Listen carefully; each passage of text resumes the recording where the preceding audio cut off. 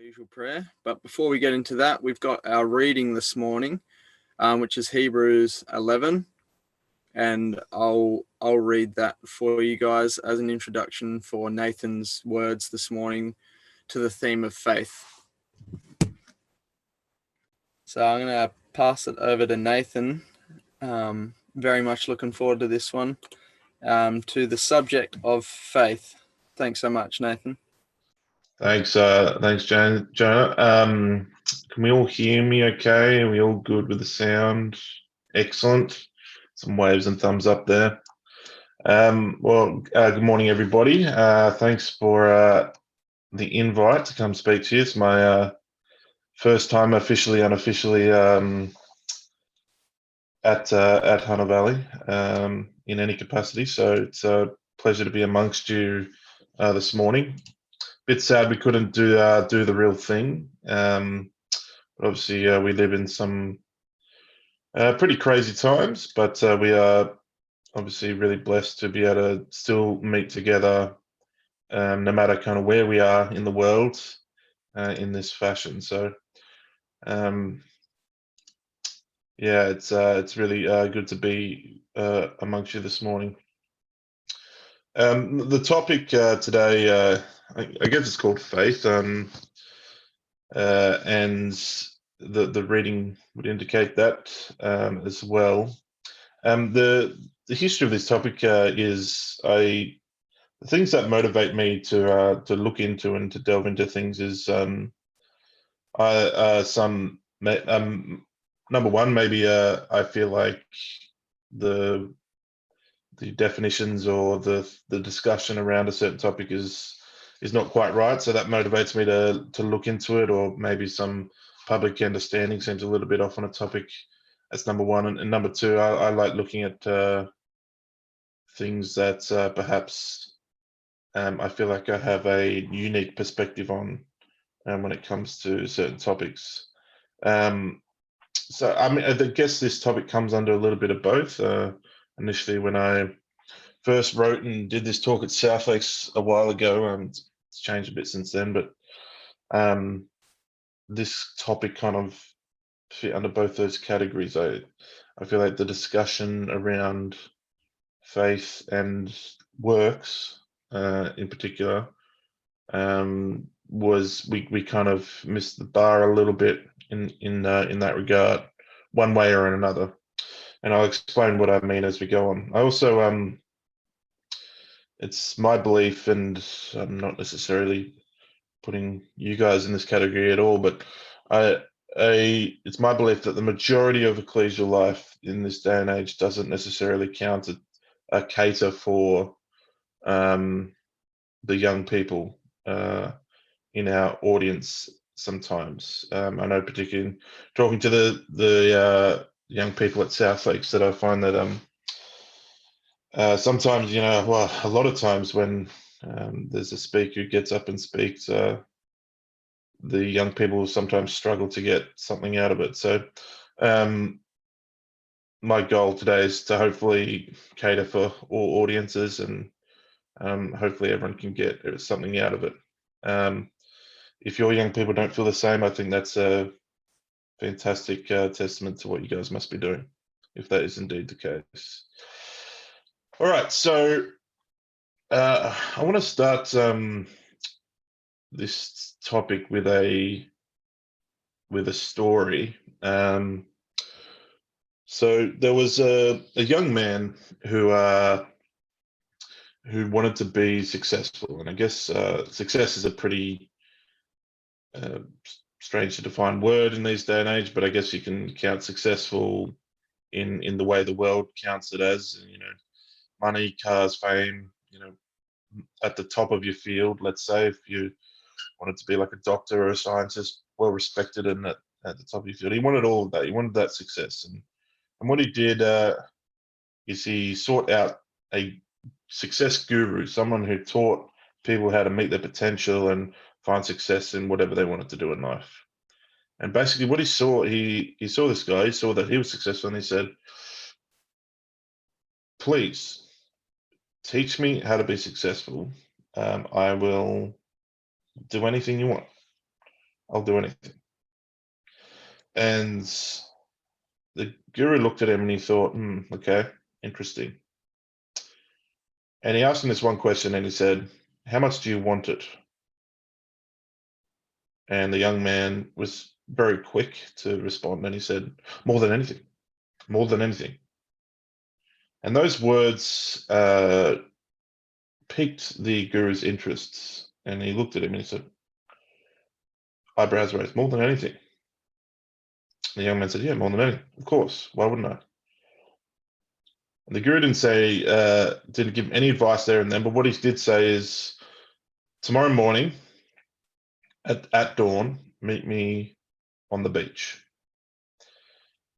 And the young man was confused. He wanted, obviously, the answers now, but he didn't want to burn any bridges he had with the guru, because the guru seemed to be keen to help him. So he said, all right, I'll meet you on the beach. And the next morning at dawn, they met at the beach, and the young man said, all right, let's go. Come on, I'm ready to learn. And the guru said, how much do you want success? Really? And the young man said, of course, more than anything. I told you yesterday, more than anything. So he said, all right, let's go. And he took him and he led him out into the water, waded out till the water was just above their waist. And he said, ask him again, how much do you want it? And the young man said, more than anything. A little bit uncertain at this stage as to what's going on, as you can imagine. But again, more than anything was the answer. And the guru took him by the head and dunked him under the water and held him there. And the young man, after a certain amount of time, started to struggle and was running out of breath. And the older man pulled him up again. And the young man came up spluttering, wet and plastered, hair all over his face and everything, clothes ruined.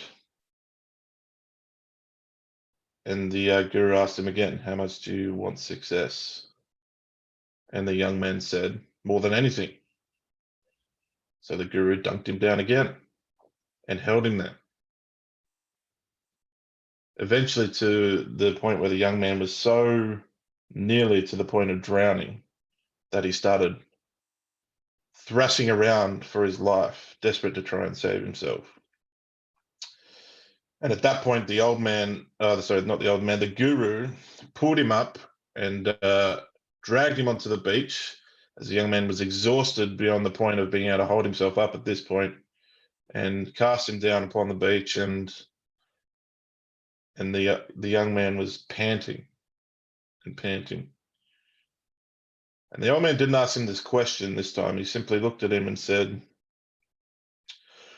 when you want success as much as you want that last breath that you couldn't take underwater, then you'll achieve success. And he just simply walked away. And when I heard this story for the first time, because it's not my creation, I was immediately taken by it. And the question remains to me, and I think it remains to all of us who want to delve into the words of the Bible and to extract out the message and to have some claim to some measure of faith as we do. We are all here declaring our faith in this Zoom. Our presence merely does that. How much do we want the kingdom? How much do we really want it?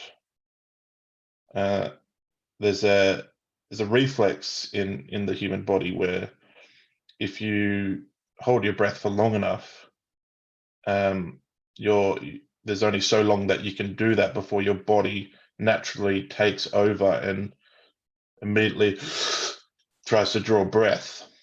And it does this no matter where you are. If you're above ground, obviously you will do that successfully, or in the air, you'll do that successfully. If you're in water, your body will still suck in the air and will try to, but instead of filling your lungs with air, it will fill it with water. So this is a natural urge that would have taken over the young man, and it's something that cannot be controlled. You know, it's a natural desire and need for air. Is that how much we want the kingdom? So keep that story in mind, and the lesson of it, and it will become self-evident as to why I tell the story in a second. But a bit of background of this faith and works discussion. What we're going to look at today, throughout the rest of the talk, is I want us to follow the journey of faith and works, and sometimes how we can be a little bit confused, or no, not confused, but I think we read certain things and we prioritize some quotes about faith and works in terms of how we talk about it, maybe in talks that we're doing, maybe in discussions that we're having with other people, or other people in the truth, or outside who we from another Christian denomination or whatever. I think we tell part of the story sometimes and not focus on the whole thing. And faith and works, I believe, is a discussion which you cannot mention one without the other. And sometimes we put our focus and attention on faith. Yeah, faith is the important one. Don't worry about works, Or works is important. Don't worry about so much faith, and there are actually quotes in the Bible to back up both those ideas. But what we're going to find out is that we need to be able to link them together and combine them as one. That's kind of the point of this talk. So Hebrews 11 which is what we read this morning. Hebrews 11 verse 1. The King James version of this verse I've probably struggled with my entire life. The substance of things hoped for and the evidence of things not seen.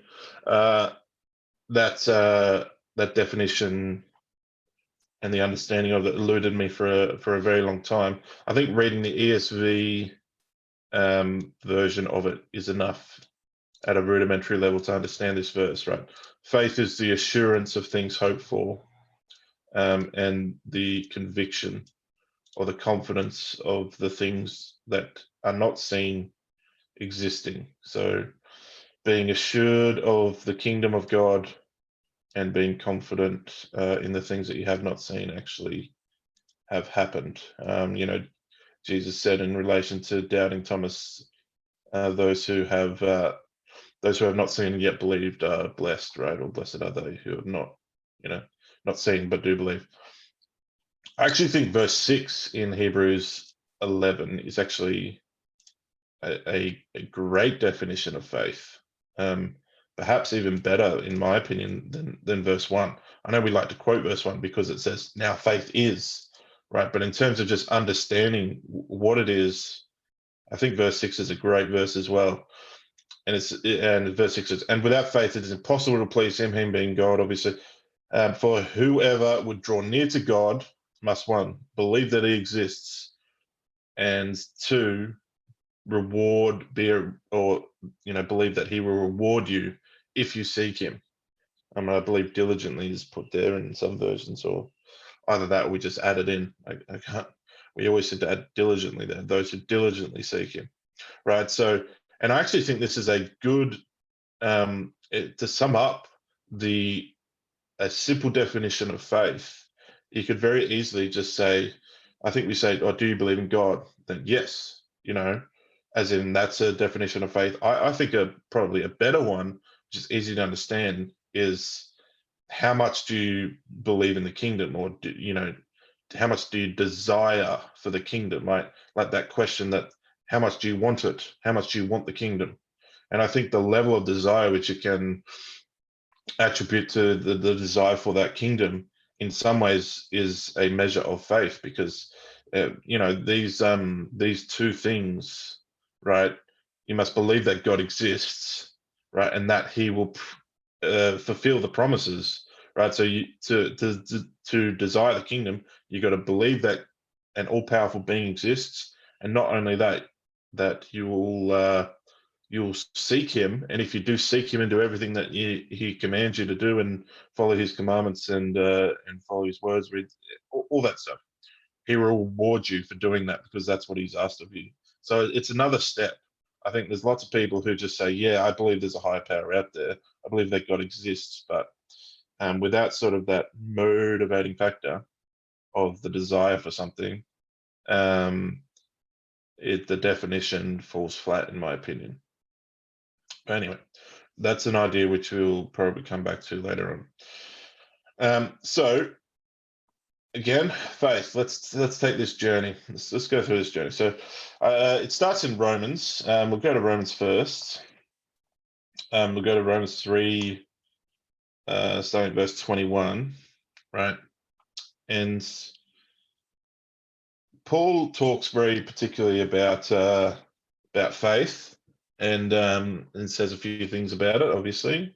Just we're going to look at Romans, Ephesians, and a little bit of Galatians, just snippets here and there for what he says, and we'll kind of build a wall out of bricks using the quotes that we'll look up here. All right. Verse 21, but now the righteousness of God has been manifested apart from the law, although the law of prophets bear witness to it, the righteousness of God through faith in Jesus Christ for all who believe. And what we'll find is he will be emphasizing the importance of faith throughout his writings here. For there is no distinction, for all have sinned, all have fallen short of the glory of God, and are justified by his grace as a gift through the redemption that is in Christ Jesus, for whom God has put forward as a propitiation by his blood to be received by faith. This was to show God's righteousness in his divine forbearance as pass over the former sins. It was to show his righteousness at the present time, so that he may be just and the justifier of the one who has faith in Jesus. Then what becomes of our boasting, right? Why are we boasting? There is no room to boast here, which is what he's saying, right? It is excluded. By what kind of law? By the law of works? No. We're justified, is what he's saying, by the law of faith. Okay.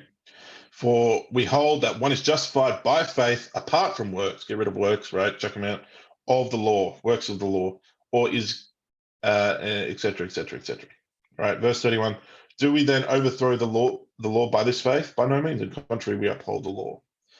So that's what he says in verse 31. Is kind of on the side, right? So what you could be forgiven of thinking here, and we will let this rest. We won't delve into this too much, but right, faith is the thing being emphasized here, and in fact, works is being laid by the wayside. That's kind of what he's saying. All right, let's go to Ephesians. Ephesians 2. start at verse 4.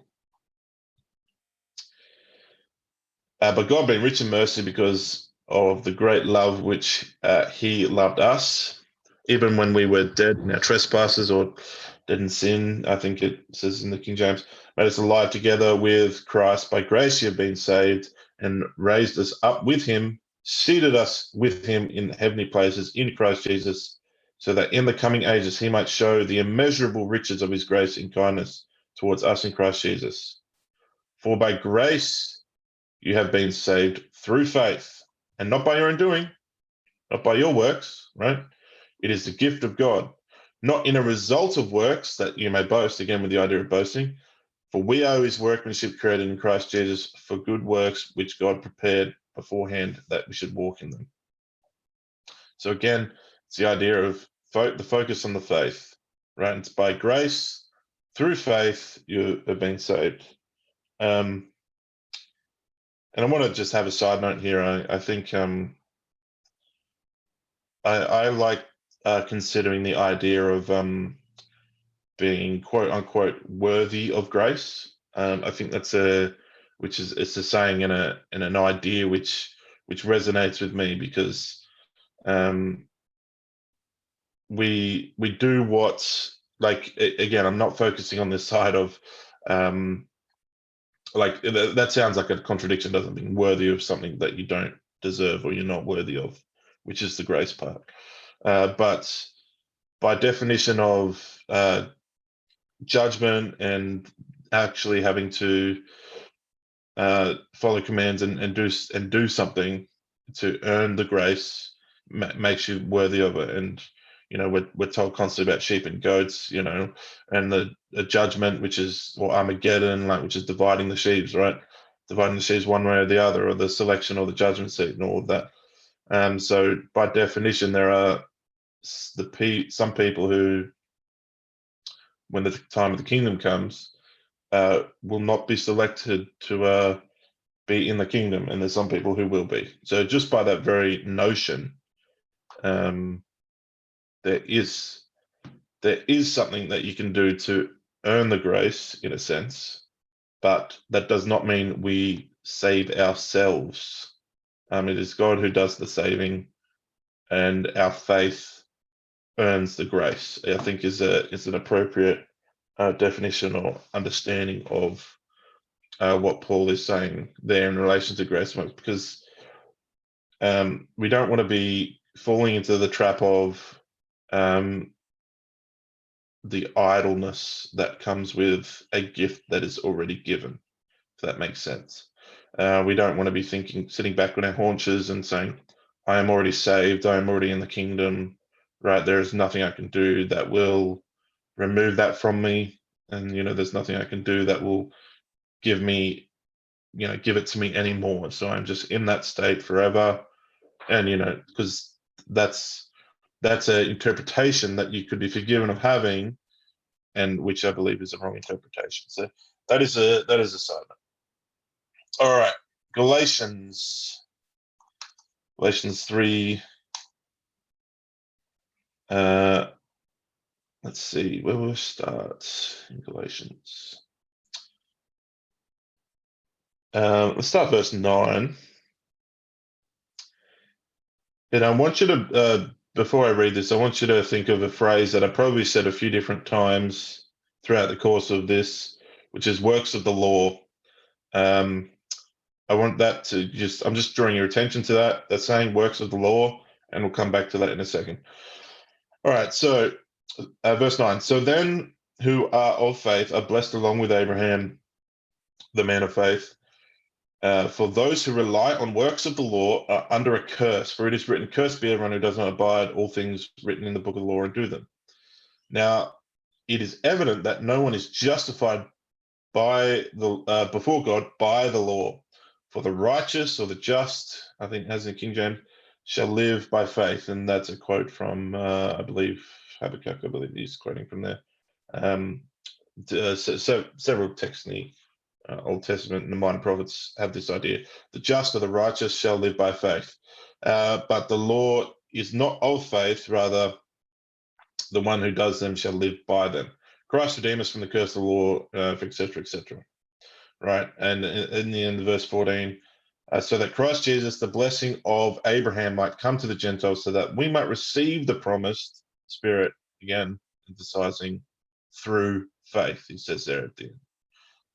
So I think if we focus on these and if we think we start on our journey of trying to discover faith, and we think, all right, let's just see what Paul says, and we look at this and we think, all right, so faith seems to be the key here. So faith, right, the belief that we have, there's probably you could probably do a series of talks on what faith actually is, but let's just say, faith, the belief and the conviction that we have, right?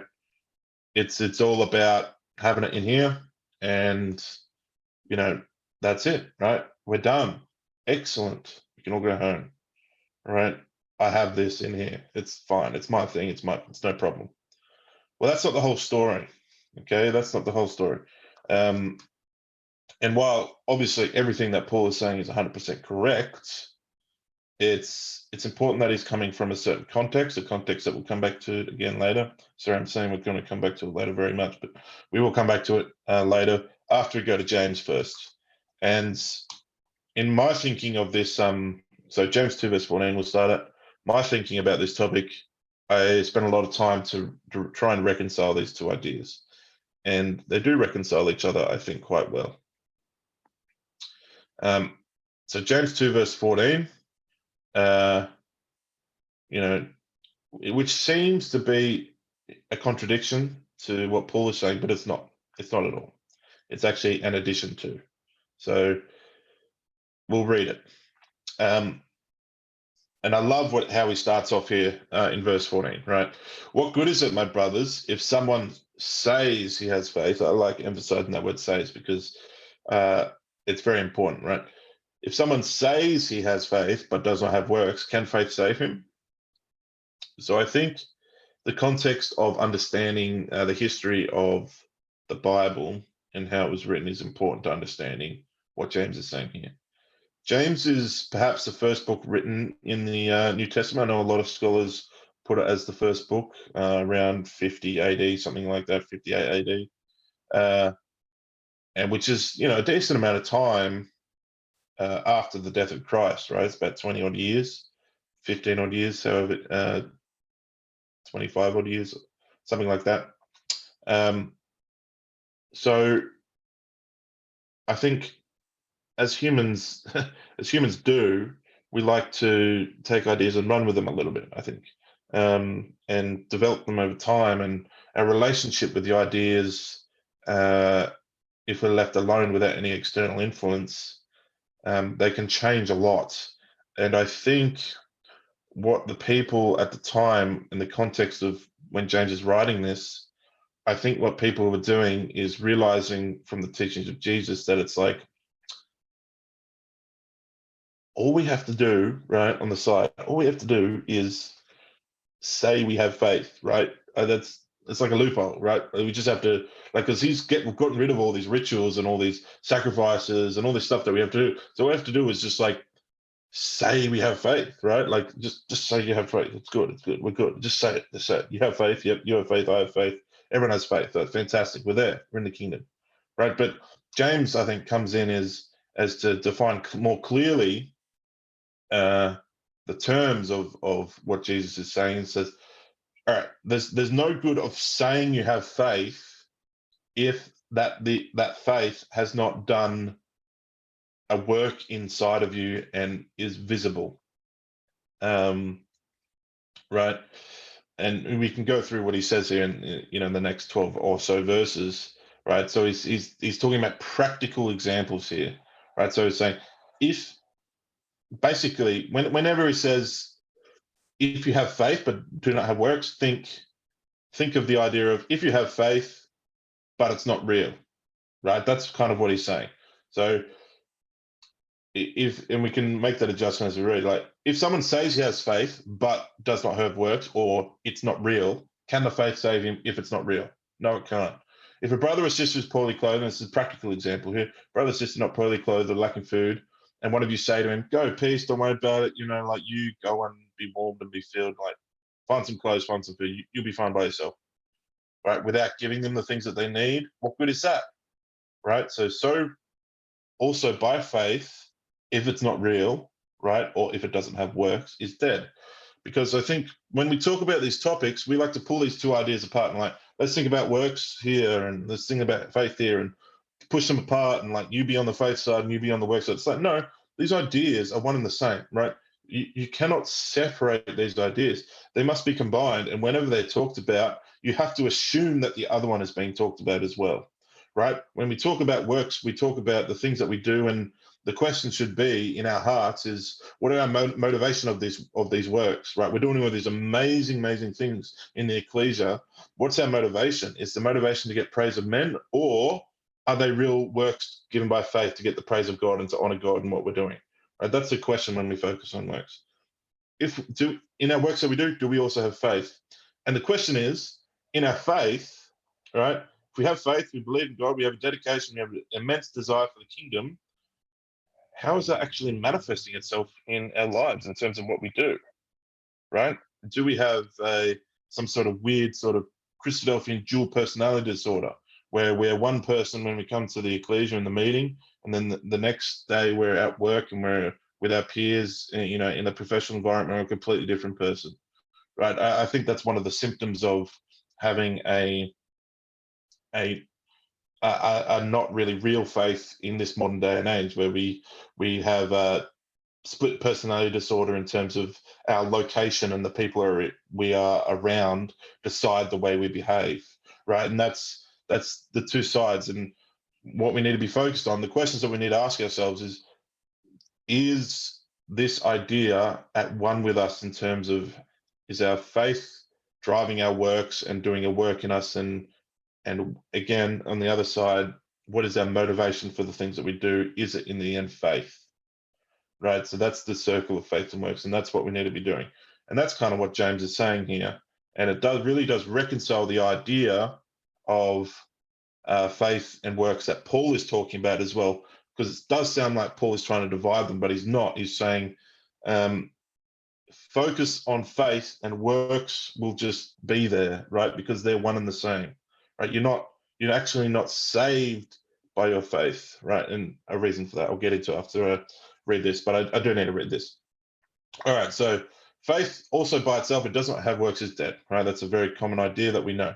But some will say, you have faith, I have works, right? Trying to separate them. Show me your faith apart from your works, right? I will show you my faith by my works, right? They're together. You believe that God is one, you do well. Even the demons believe in shadow, etc., etc. Was not Abraham justified by faith, our father justified by works when he offered up his son, right? You see that faith was active along with his works, right? And faith was completed by his works. So the things that he did, his faith was active, and that was the motivation for doing what he was doing, right? He wasn't offering up Isaac out of his own motivations or just because he was scared. Even he was doing it because his faith in God told him that that was the right thing to do, right? And he did it. And you know, obviously in the end he didn't physically actually do it, but he was about to do it, let's say. You know, and etc. You know, and he kind of reiterates the same idea. But when we try and separate these two, I mean, we can think of it from a practical perspective. Like the analogy I like to use is, think of like a table that has been crafted by this expert master craftsman, and he's put in a lot of work into this, and the table is so good that it enters the competition of, you know, the best looking handcrafted wooden piece of furniture, let's say, and it wins the competition. And the judges come out and they have the ribbon that's for first place. And what they do is they go up to the table and they say, well done, table. Fantastic. Aren't you so clever that you just created yourself out of nothing and you came first? Here's your ribbon, right? Obviously, it makes no sense. And that's trying to credit works and faith, like without considering the faith aspect, right? Or the equivalent would be the competition judges coming out and just saying, like a random person in the audience, bringing out a random person, said, well done, you're first place. And everyone's sitting there going, what did he make? Like, he didn't make any of these things. No, he's first. This guy's first, right? That's the equivalent of the faith example, right? So, you know, the craftsman cannot be separated from the table, and the table cannot be separated from the craftsman. They are awarded one and the same. And when we reconcile these two ideas, that is the conclusion that we must have, right? Works is the physical manifestation of an internal faith. And really, the stronger our faith is inside, the more works that we will do, right? And the more effect the faith will have in what we do on the day to day. you know, and we don't need to turn to it. We are running a bit short on time, so you know, Hebrews 11. It is a bit of a cliche topic when we're talking about this, and there's really only one topic that you can talk about when you read Hebrews 11. But at the end, from it's like verse well, I'm thinking of verse 32 to the end, where it's kind of listing off all the examples. Like, oh, what more can we say about this one, this one, this one? Who did this and did all of this? Like, these guys are all credited of doing this. Their works are the evidence, right? But they're getting credited because the works were a physical manifestation of their belief and their conviction of their God, right? So they were using that faith as motivation for the things that we did. In a sense, it's driving them, like it's a motivating force, and that's what we need to think of faith as. It is a conviction. It is a motivating force. It pushes us down the road. It forces us to do things, and when you have a strong faith, what it's meant to feel like is you're doing these actions, and you're putting yourself forward, and you're doing all of these things. You're changing who you are. You're developing your character. You're trying to be more Christ-like, and it's like you're doing these things without a choice. It's like you have this strong conviction which kind of brings choice out of it, and you are forced to do these things because you have this internal fire and motivation to do them, right? And it brings choice out of it. I think that's kind of what it feels like when you're in like the peak of your faith. Yeah, so I wonder if that idea resonates with any of you. I'd be curious to know. But yeah, so I think that's what faith feels like at its peak. Probably talk about that more, but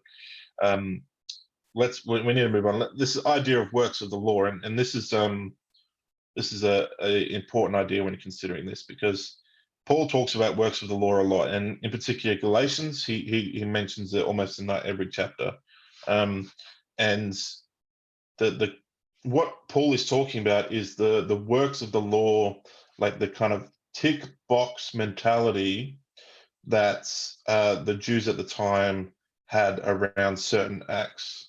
In particular, the one circumcision is the one that is talked about in Galatians, right?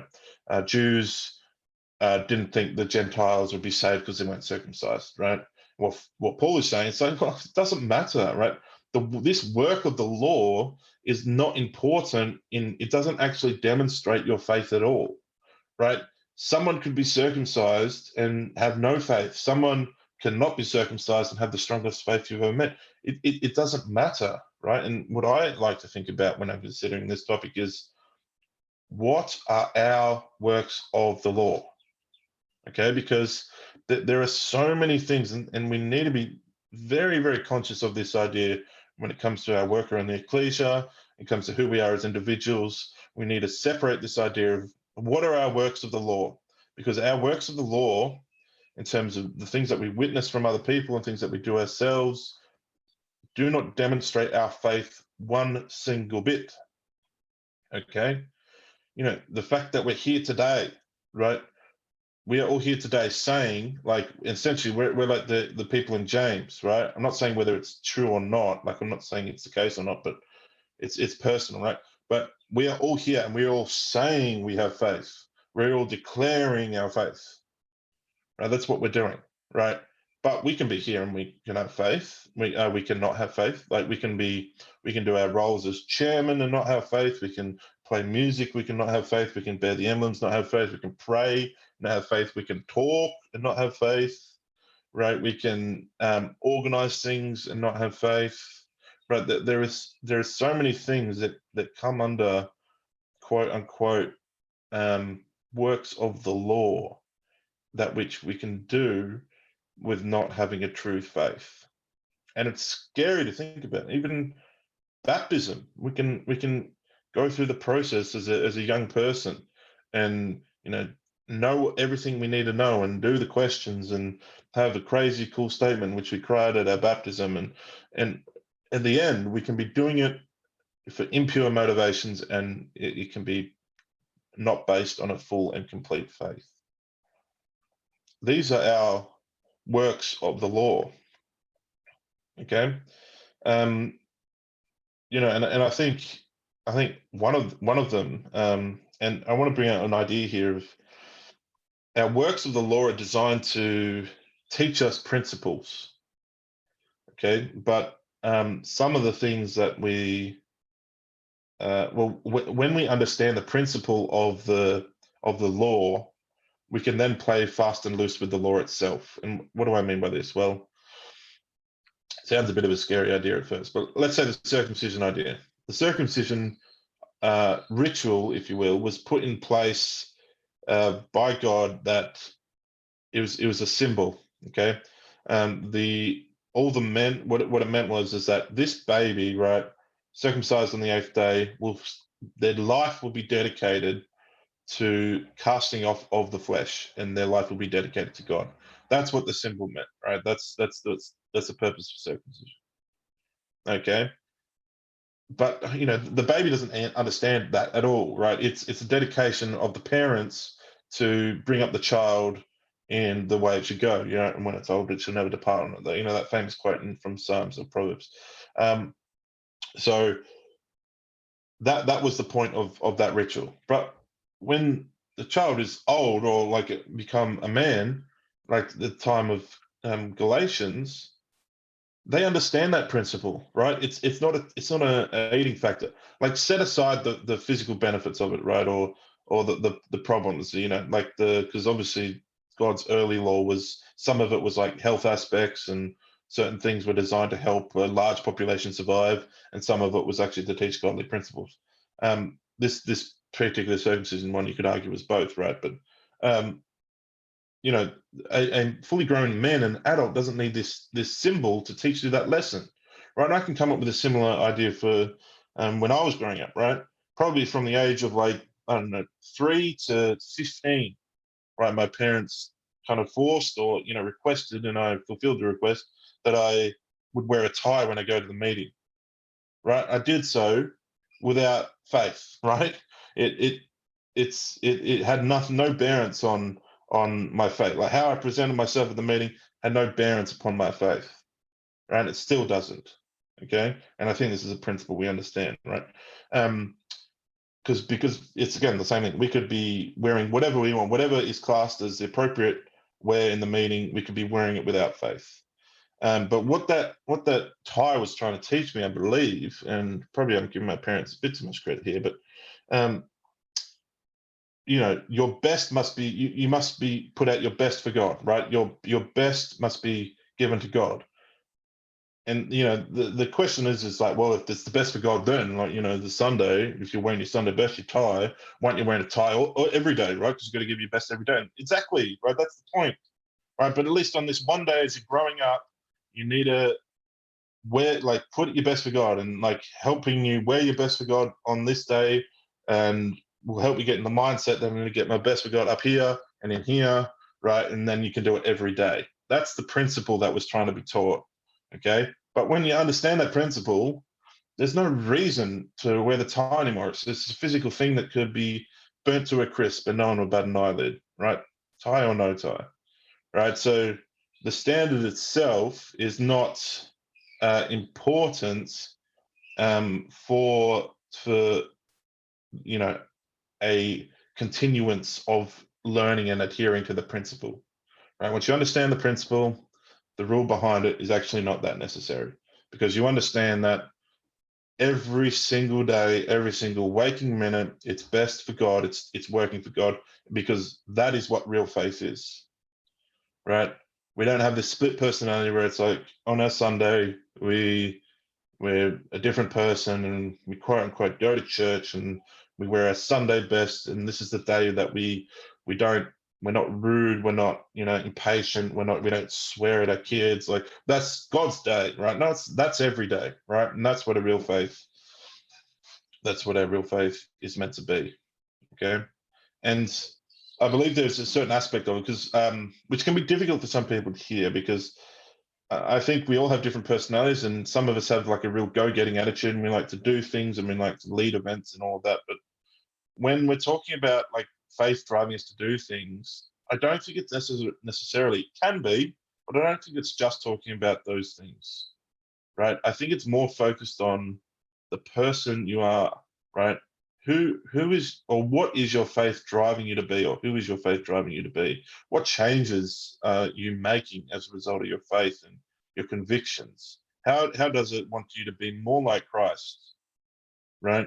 And what impact are we having in terms of who we are and the people around us? The fruits of the Spirit, right? And how well are we integrating the fruits of the Spirit, right? Because that's literally what it's meant to be, right? You are a tree that bears fruits. Your faith is, is meant to be the thing that is bearing fruit, right? The fruit is evidence of your faith, right? So you could argue that the fruit is the works, right? The quote unquote works of the faith of the tree, fruits of the Spirit, right? Like that's the parallel there, right? Love, joy, peace, long suffering, etc., right? Are you developing those in your life? Is your faith driving you, pushing you forward to develop those things in your life, right? Because, as I said before, if your faith is real, you don't really have a choice. I want to end with as we turn our mind to Jesus and the emblems, which hopefully we all have on our tables or wherever we are. In terms of thinking about the impact of which faith can have, and the works that therefore come from a real faith, what impact can have on other people around us. I want to go to Matthew 17, verse 19. It's a bit of a context to this as you turn there.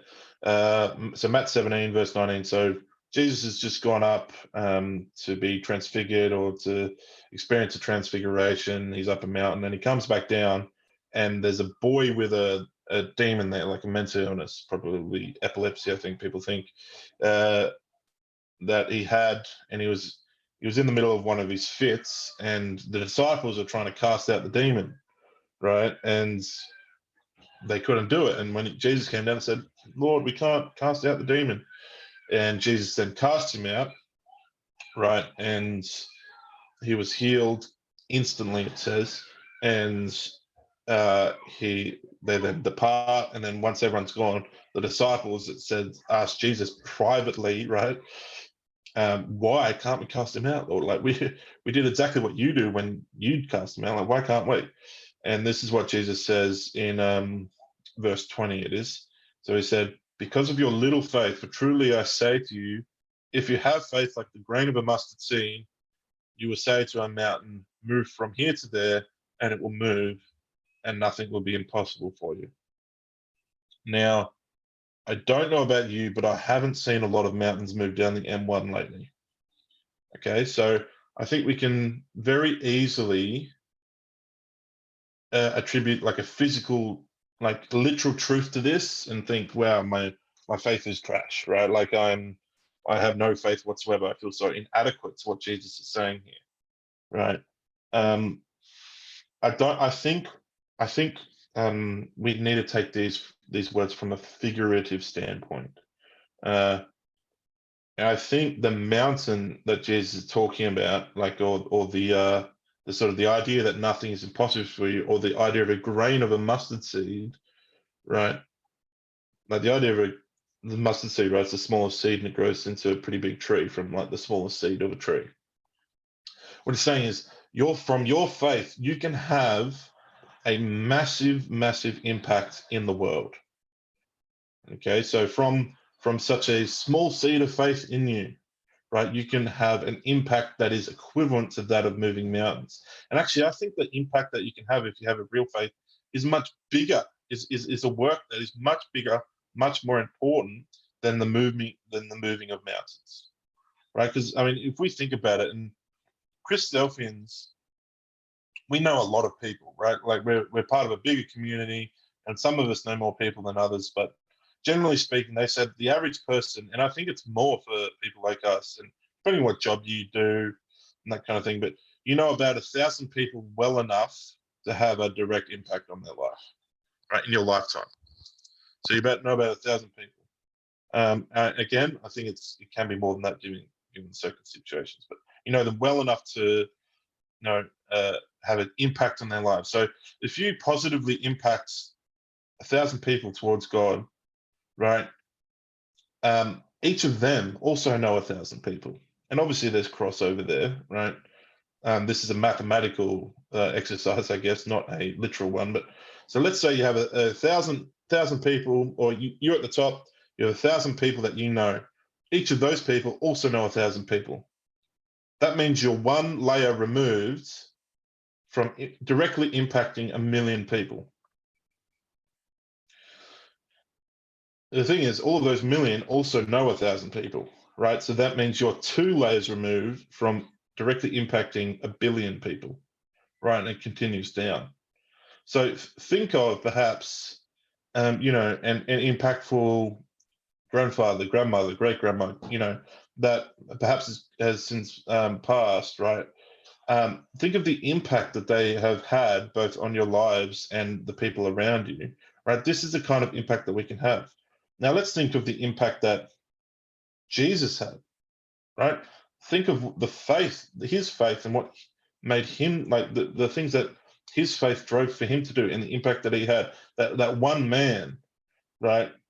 That has impacted. Like the world has not been the same in any shape or form, right? Since he existed, right? His impact is far, far, far beyond that of moving a mountain, right? He will become the mountain, right? Then if you think about Daniel 2, or the image of Daniel 2, right? He is, but you know, he has changed the world, and the world will never be the same again. And it will, you know, the impact of billions, tens of billions of people have been changed. Their lives have been changed due to Jesus, one way or another, right? So we can, if we have a real faith and we have this sort of impact in terms of the communication and the way we deal with people and the things that we do, we can have an impact that is admittedly fraction of the percentage of that of Jesus, but we can have an impact that is significant and that is potentially long lasting. You know, even think about the impact that you have if you bring up your kids into the truth, right? Just think about that, and then they bring up their kids, for example, right? Like that's a lot of lives, right? That as sort of a, or you know, if you guys know your history of how your family came into truth, maybe it's several generations back. Think of the impact that that one person had just by sitting down and listening to some Bible stories or listening to someone talk. Or you know, you could even go back and think about the impact that John Thomas had, and would we be here if he hadn't sat down and to try and figure out the truth of the Bible, right? So it's things like this, the impact, because our actions, what they do is they reverberate through time, right? The longer Jesus stays away, the more impact our actions have, positive or negative, faithless actions or actions that are driven through faith. They have a real and lasting impact on the world. And that's the thing that I want us to consider as we come to the emblems. So thanks, Jonah.